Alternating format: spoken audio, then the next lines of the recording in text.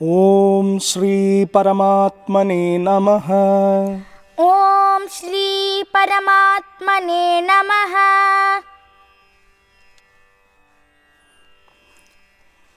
Namaste Ishaan. Namaste Kuldeep Mammu. Namaste Ishaan. We are back again after a break, right? But really unsure of how frequently we can do these episodes. There is a lot of background work being done for the musical series Vande Guru Paramparam. The preparation for your Bhagavad-Gītā chanting series is also happening. Let us offer all these to Bhagavan and continue with the learning process and let him determine how this process should go. Bhagavan is continuing with the important topic, Jnana, the supreme knowledge, the highest knowledge. This highest knowledge reveals the pure self in you, Atman in you. Once you know this, once you experience this, what happens? You are free. This absolute freedom is our goal in this life. We are here to attain that. Now, let us get into chanting. Chapter 4, Shloka 37. We are almost finishing this chapter. Ready? Yes, Mammu. यथैधांसि समिद्धोऽग्निः यथैधांसि समिद्धोऽग्निः भस्मसात् कुरुतेऽर्जुन भस्मसात् कुरुतेऽर्जुन ज्ञानाग्निः सर्वकर्माणि ज्ञानाग्निः सर्वकर्माणि भस्मसात् कुरुते तथा भस्मसात् कुरुते तथा. Once again. यथैधांसि समिद्धोऽग्निः यथैधांसि समिद्धोऽग्निः यथैधांसि समिद्धोऽग्निः भस्मसात् कुरुतेऽर्जुन भस्मसात् कुरुतेऽर्जुन ज्ञानाग्निः सर्वकर्माणि ज्ञानाग्निः सर्वकर्माणि भस्मसात् कुरुते तथा भस्मसात् कुरुते तथा. पदच्छेदः यथा एधांसि समिद्धः अग्निः भस्मसात् कुरुते अर्जुन ज्ञान अग्निः सर्वकर्माणि भस्मसात् कुरुते तथा.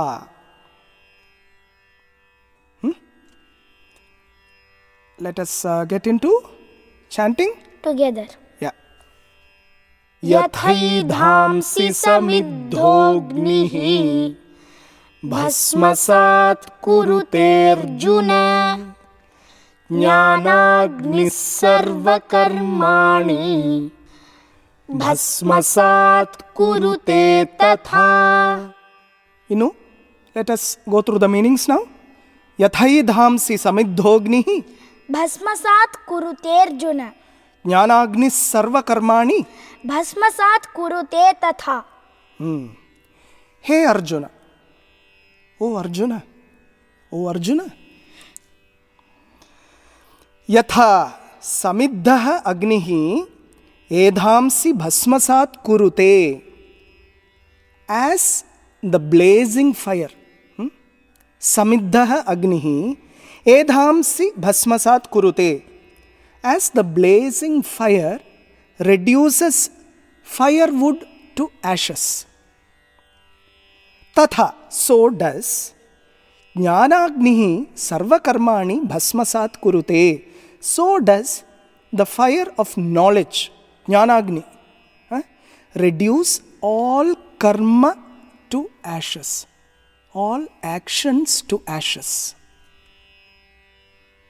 This is the direct meaning. Now, let us get into spiritual tidbits and dive into this topic, and let's see what Bhagavan is saying. Okay, Mamu. So, what happens to wood when it burns? It will become ashes. Yeah. You get ash, right? The fire reduces wood to ashes. See, as always, Bhagavan is giving here a practical, straight example. This is the speciality of Bhagavan.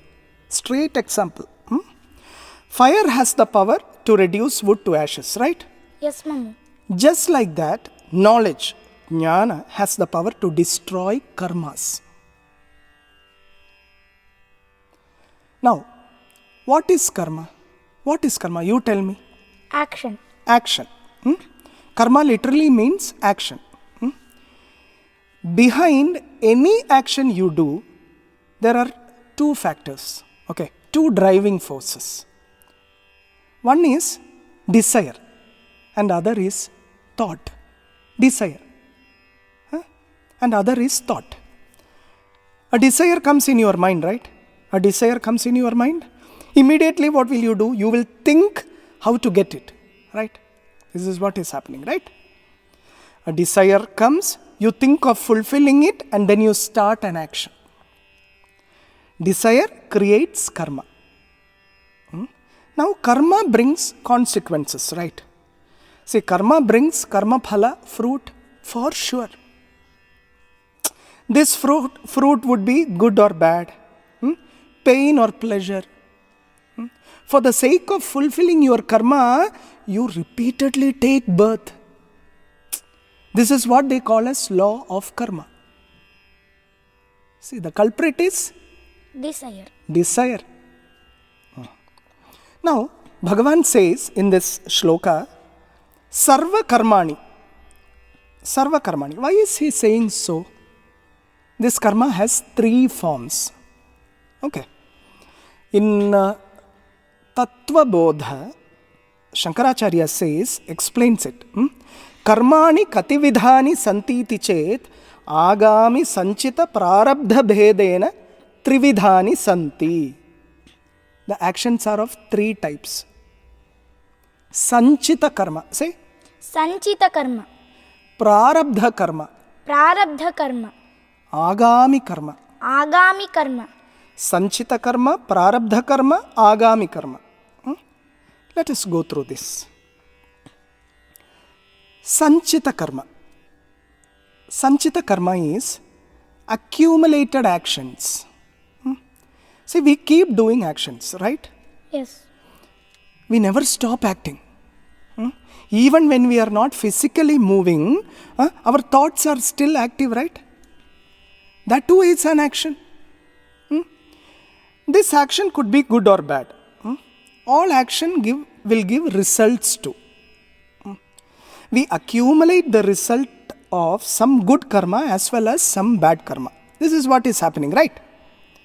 When the Atma again assumes the form of a different body, during the subsequent births, janmas, we experience the results. Every soul accumulates major karma in this way in every lifetime. Okay. And when all of these karmas are combined together, the result is known as sañcita karma.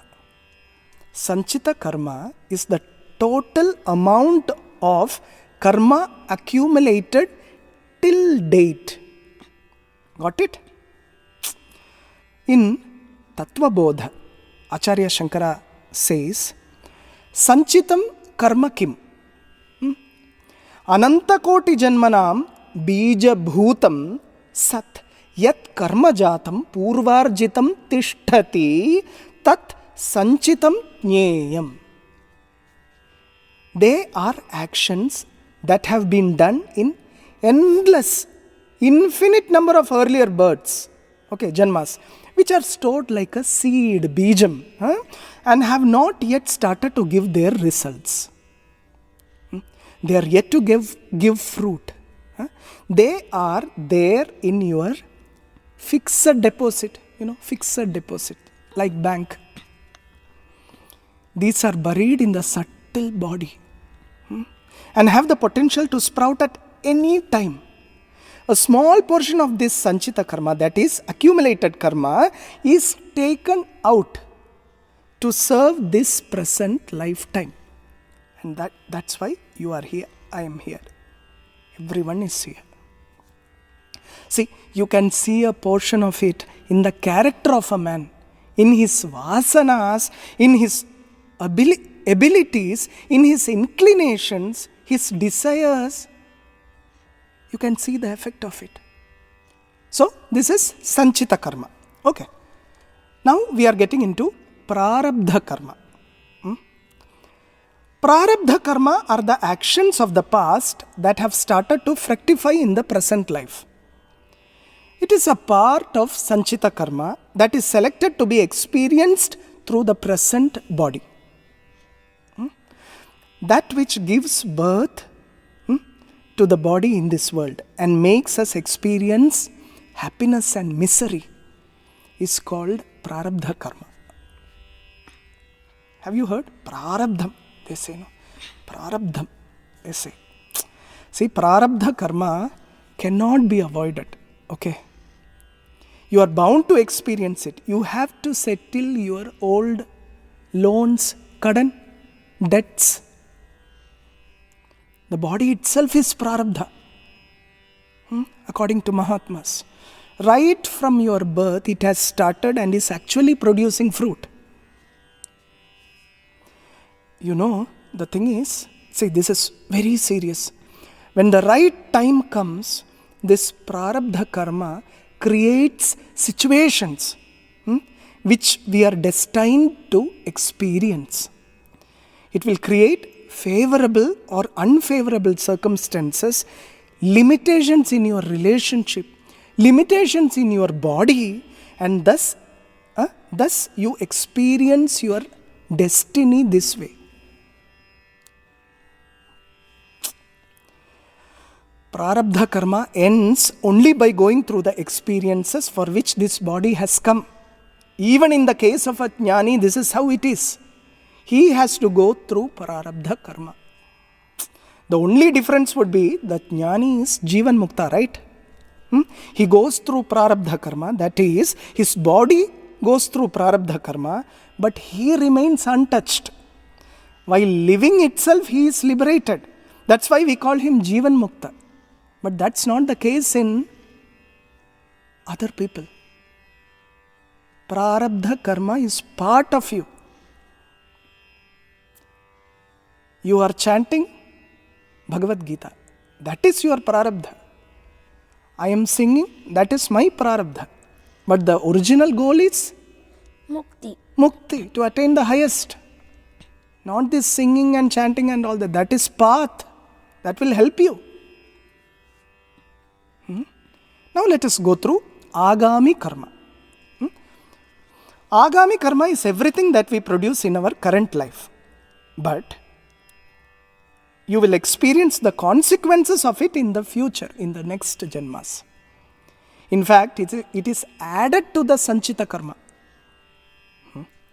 Āgāmi means that which will come in future. All the actions we carry out in this life with our will and desire, with our desires are āgāmi only. Karmas we do in this lifetime and the fruits of this will be in the Future births. Future births. See, Mama will tell you, our scriptures are giving us very beautiful analogy, okay, to make the distinction between these three karmas. Imagine an archer with a bow and a quiver full of arrows. Okay, he takes an arrow from the quiver and shoots it. He is taking one more arrow and prepares to shoot for the second time. Okay.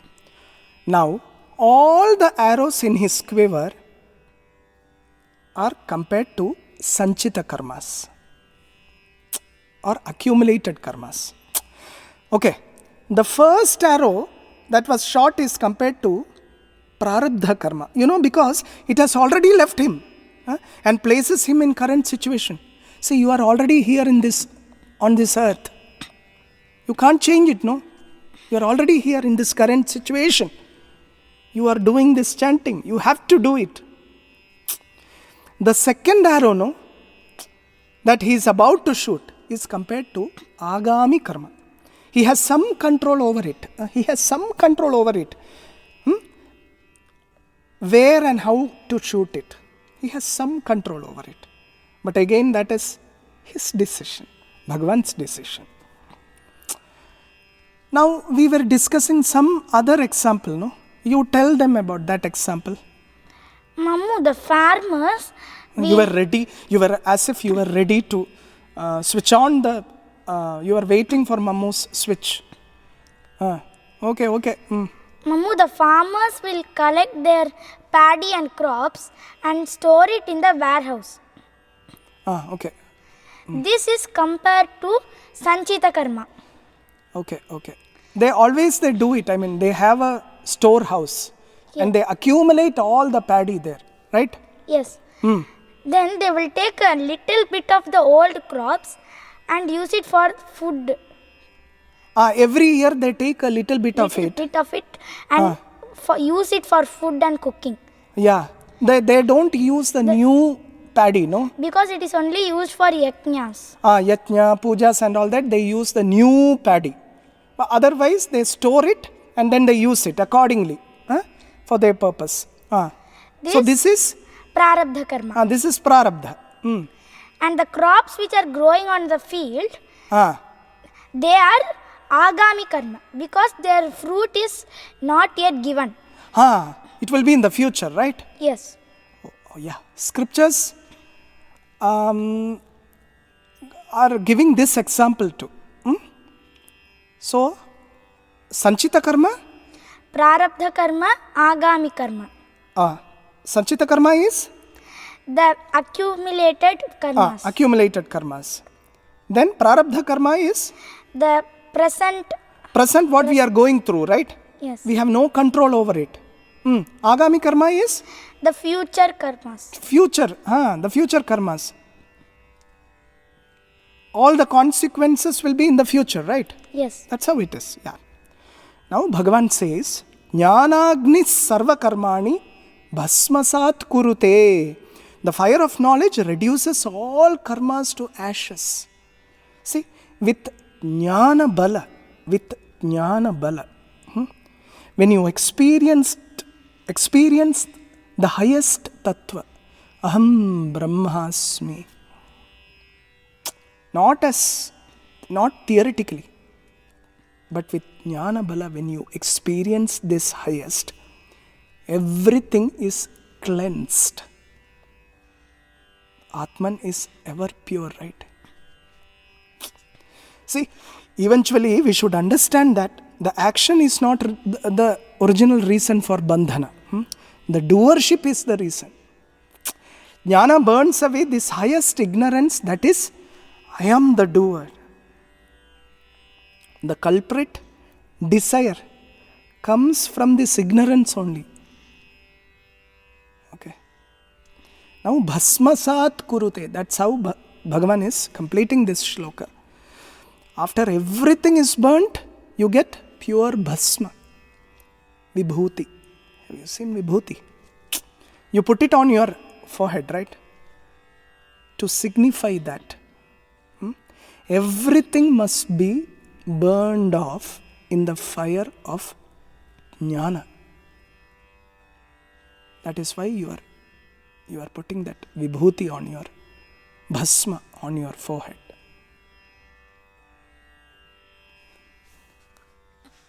Om Shri Paramatmane Namaha. Om Shri Paramatmane Namaha. Stay blessed. Let's see how these episodes are going. Let's see what his decision is. Okay, so we learnt 3 karmas today. 37th shloka, 4th chapter. Again, Bhagavan is completing this chapter with jnana only. That is why it is jnana, karma, sannyasa yoga. Right? Yes. Stay blessed.